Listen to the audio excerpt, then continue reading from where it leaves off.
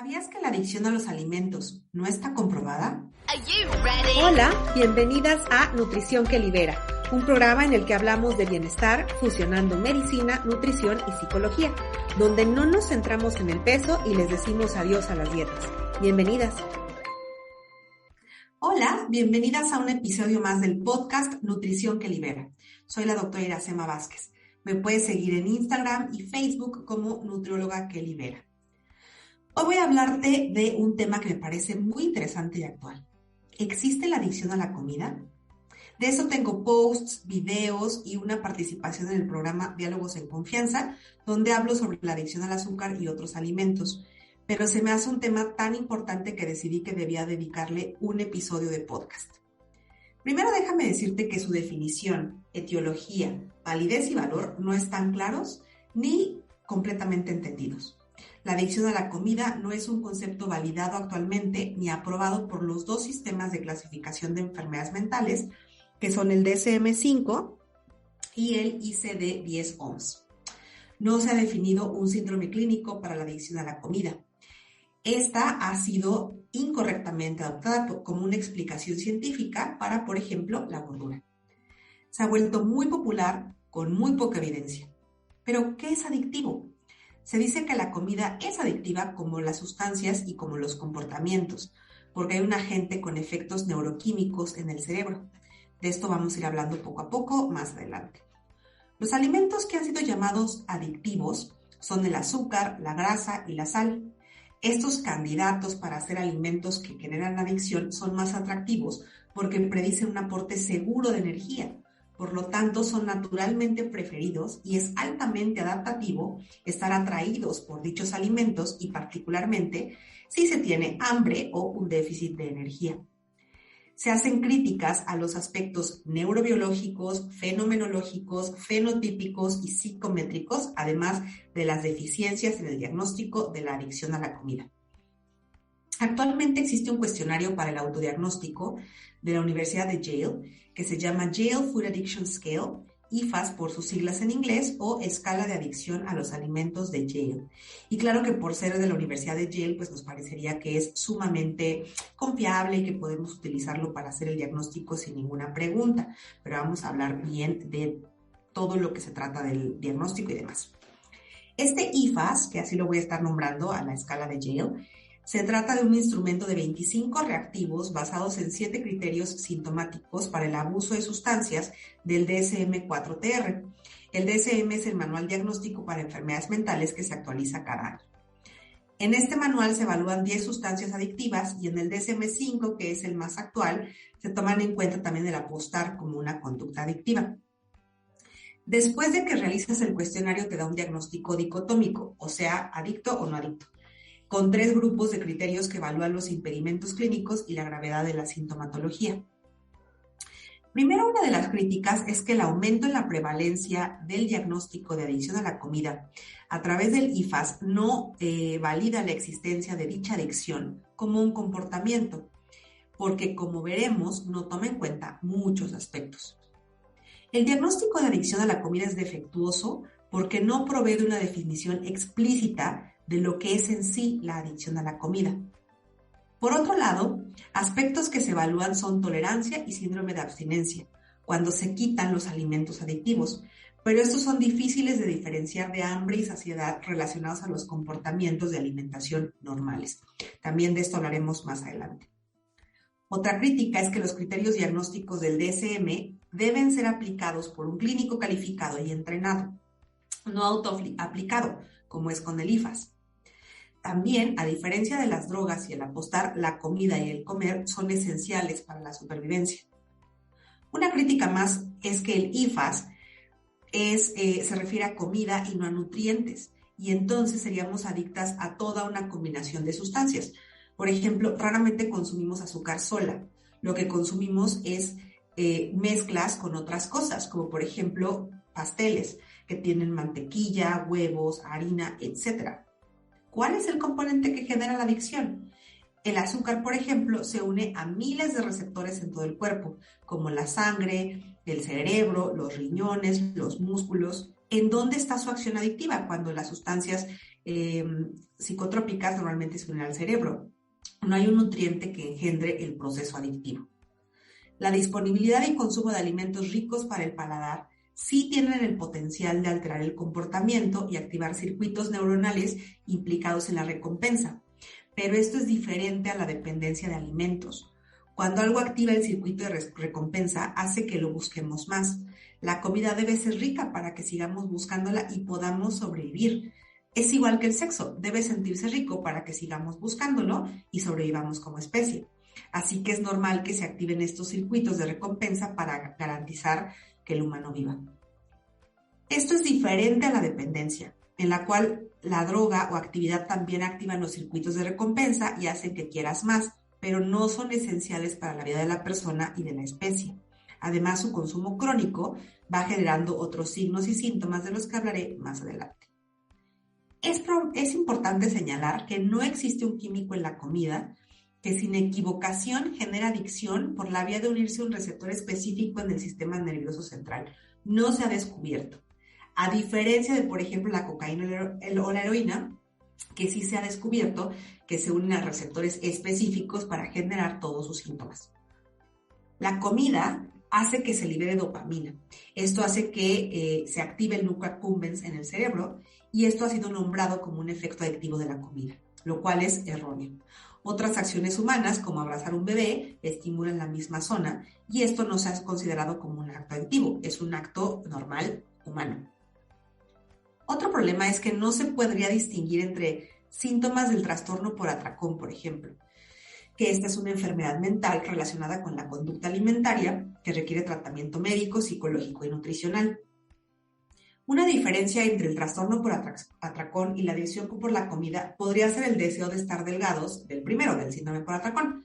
Sin embargo, se ha encontrado que la mayoría de las personas que se definen como adictos a la comida o al azúcar experimentan periodos en los cuales consumen grandes cantidades, después sienten culpa y van seguidos por periodos de restricción para nuevamente empezar el ciclo. Conducta también presente en el trastorno por atracón. En un alto porcentaje de los casos, estas personas que quieren dejar de consumir los alimentos adictivos es para poder bajar de peso. Otro grupo lo quieren hacer por salud, porque se les ha hecho creer que esos alimentos pueden atentar gravemente contra la salud, lo que hace que nos cuestionemos las verdaderas razones por las que un alimento pareciera adictivo. Otro aspecto problemático es que el concepto invita a la medicalización de una necesidad natural que lleva a la motivación por buscar comida rica. La medicalización es convertir un acto normal en algo enfermizo que requiere tratamiento médico. Los que estamos en contra de este concepto buscamos evitar la palabra adicto y llamar así al acto normal de comer o a personas con trastornos alimenticios por el riesgo potencial de estigmatización de los pacientes. El término adicción está precargado con connotaciones poco útiles y emotivas que llevan a conceptos erróneos y confusión entre los científicos, clínicos y el público general. Adicción es una palabra usualmente usada como sinónimo de degeneración social. Es un concepto político y médico utilizado de acuerdo con la moral y juicios prevalentes, por lo que causa daño clínico. En el sentido médico implica enfermedad y por lo tanto requiere tratamiento. Está conectado a falta de aprobación moral y es socialmente indeseable, asociado a un comportamiento relacionado con las drogas.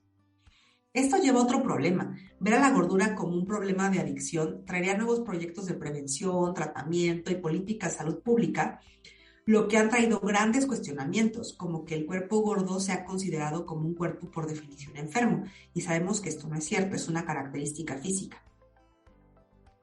El estigma por el peso es incluso más prevalente que la discriminación por raza, por lo que hay que tener cuidado de ahora etiquetar a las personas con pesos altos como adictos.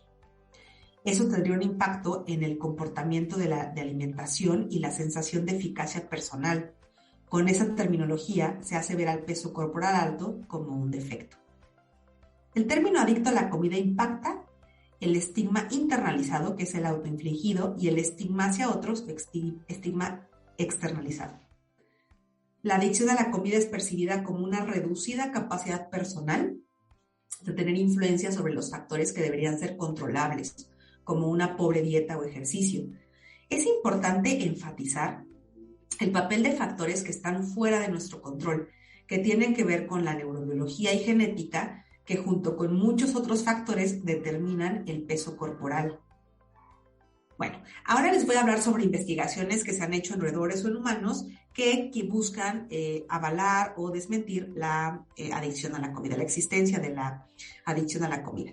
Por ejemplo, hay un investigador que es Schulze, espero pronunciarlo bien, dice que ciertos alimentos procesados comparten propiedades farmacocinéticas con las drogas, como son su alta potencia y rápida absorción.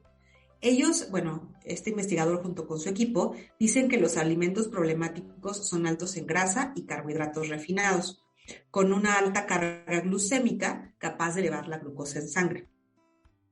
Otro investigador, por ejemplo, Fowler, observó que en personas postoperadas de cirugía bariátrica se desarrollaban alteraciones del uso de sustancias como alcohol o drogas, y que era más probable que desarrollaran problemas con los alimentos que causan altos niveles de glucosa postprandial, o sea, después de comer.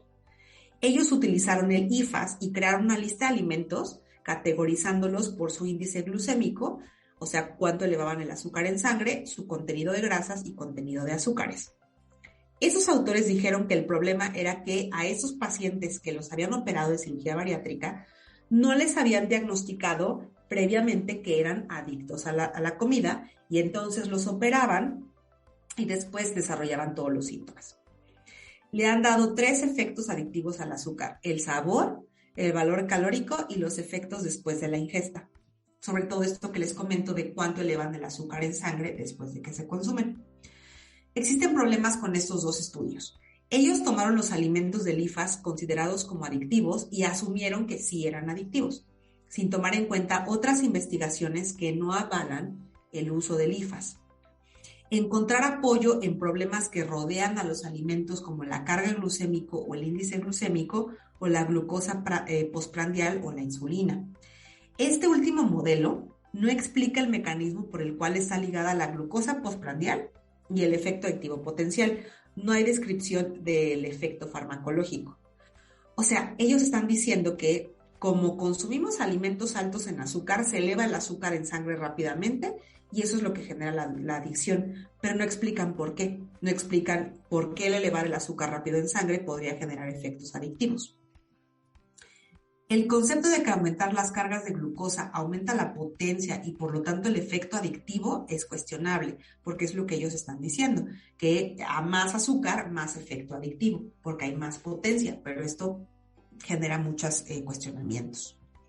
Ahora, en experimentos en roedores, casualmente se utilizan animales que han estado en ayuno de 12 a 16 horas y se dice que presentan un comportamiento adictivo. Esos animales solo tienen acceso al azúcar de manera intermitente y no a libre demanda, lo que crea conductas como atracones cuando les dan por fin el alimento o el azúcar. Los cambios en el comportamiento de estas ratas solo se observan cuando existe previa restricción. Es normal pensar que esos animales no son adictos al azúcar, sino que han estado privados de alimento y quieren consumirlo ávidamente en cuanto se les vuelve a ofrecer. Ahora, existe el llamado síndrome de abstinencia, que se observa cuando se quita, por ejemplo, la cocaína o la heroína. Aumenta la motivación para buscar la droga, para no sentir los efectos negativos del síndrome, que es terrible, duele el cuerpo, se siente como fiebre, hay mucha molestia. Y también por esta motivación por buscar para volver a sentir los efectos, que digamos, entre comillas, positivos de la droga. Este comportamiento de buscar más tras quitar la droga se ha observado que va acompañado de cambios en el sistema límbico, el área cortical y ventral del cerebro. Esto de un aumento en la motivación y buscar más azúcar solo se ha observado cuando hay privación de alimentos. Lo mismo, el síndrome de abstinencia, esta sensación corporal desagradable, solo se ha observado cuando hay privación del alimento o del azúcar. Así que los comportamientos adictivos del consumo de azúcar difieren de la acción de las drogas, tanto a nivel neurobiológico como de comportamiento. Y cabe mencionar que existen estudios limitados en la adicción a alimentos en humanos. En cuanto a estudios con el IFAS, En las investigaciones que apoyan su uso, hablan de que los pacientes que salen positivos al IFAS tienen síndrome de abstinencia. Sin embargo, como ya lo mencionamos, no está bien definido que esas personas que salen positivos en el IFAS han estado en periodos de restricción previos. Se observó que muchas personas que salían positivas como adictas con el IFAS eran personas que habían estado crónicamente a dieta o que acababan de salir de una dieta, entonces, o estaban cursando por una dieta. Entonces, claro que mostraban comportamientos adictivos, pues porque no tenían el consumo del alimento y lo deseaban con mucha intensidad. El consumo excesivo de ciertos alimentos podría ser dañino para el sistema cardiometabólico, pero esto no lo hace adictivo. Tenemos que preguntarnos, 1, ¿qué es un elemento adictivo? 2, las sustancias adictivas varían en potencia y potencial adictivo, lo que ayuda a su clasificación legal. ¿Esto puede aplicarse a los alimentos? En la adicción a la comida, ¿son muchas sustancias adictivas o una sola? Como azúcar o grasa, y de qué tipo, ¿no? ¿Qué tipo de grasa, qué tipo de carbohidrato? Los alimentos hiperpalatables, o sea que saben mucho, son abundantes y muy disponibles para su consumo. Para decir que podrían volverse adictivos en algunos individuos, requiere de una característica específica o varias de esos alimentos que actúen en individuos con ciertas vulnerabilidades individuales. Como pueden ver, la evidencia en contra de la existencia de la adicción de alimentos es mucha. Claro que se ha popularizado su uso como término médico porque ayudaría a simplificar el porqué del gusto por el consumo de alimentos que la cultura de dieta ha clasificado como, entre comillas, dañinos o prohibidos. Debemos tener mucho cuidado al utilizar esa terminología, ya que no está probado su uso y puede generar daño. Como vimos, el llamar a alguien adicto es una afirmación fuerte. De hecho, muchas asociaciones han luchado porque el término no se utilice ni siquiera en el uso de sustancias. Es por esto que en las guías diagnósticas ya no se utiliza el término adicto, sino abuso de sustancias. Esta palabra genera una connotación muy negativa socialmente. De igual manera, que te llamen adicta a la comida genera una serie de pensamientos y acciones desafortunadas con respecto a tus habilidades para alimentarte, para cuidar de tu salud y para tomar decisiones inteligentes. Encuentro el término violento. Transforma un acto normal como el de alimentarnos en algo temido y que al parecer debería ser controlado por fuerzas externas como las médicas. He oído testimonios de personas que acuden a grupos de ayuda similares a los de Alcohólicos Anónimos, en los que se les prohíbe que a estas personas que consuman azúcar llevan todo un programa de pasos y se les dice que si vuelven a tomar azúcar volverán a engancharse en las garras del alimento y cederán de nuevo a su adicción porque están enfermos. Esto me parece muy lamentable. He visto a personas preguntarme desesperadas si es cierto que si toman un poco del alimento o el azúcar van a volver a caer. Fechas como las que acaban de pasar, porque estoy grabando este episodio en para enero del 2022. Entonces acaban de pasar fiestas como fin de año, Navidad y también fechas como en las que en sus países se celebre con comida, se viven como momentos de miedo, porque no sabrán si podrán controlar sus impulsos y comerán del temido alimento. ¿A qué les recuerda esto? A mí me recuerda al estado al que estamos cuando nos encontramos a dieta, temiendo que vuelva de la esquina esta tentación de volver a consumir los alimentos que nos llevaron a subir de peso, esperando una vida sin nuestros queridos alimentos. ¿Y qué pasa en el 95% de los casos? Pues que volvemos a comer, porque estamos diseñados para que nos guste la comida, como ya expliqué anteriormente. Es por esto que tratarnos como adictos o como faltos de fuerza de voluntad es tan problemático. Está destinado a fracasar y hacernos sentir como que los que fallamos fuimos nosotros. Me da tristeza encontrarme tantos videos, páginas web, recursos en redes sociales, blogs, podcasts, etcétera, que hablan de la adicción al azúcar y a los alimentos como algo real y que puedes y debes vencer para por fin tener la vida sana y feliz que siempre has deseado. Te invito a cuestionarte seriamente la existencia de la adicción a la comida. La información que te presenté hoy la saqué de diferentes artículos de investigación. Claro que fue difícil juntar la información, Por cada artículo que cuestiona la existencia de la adicción a la comida, existen miles que la intentan respaldar. Por eso es muy importante que seas muy crítico de la información que hay allá afuera.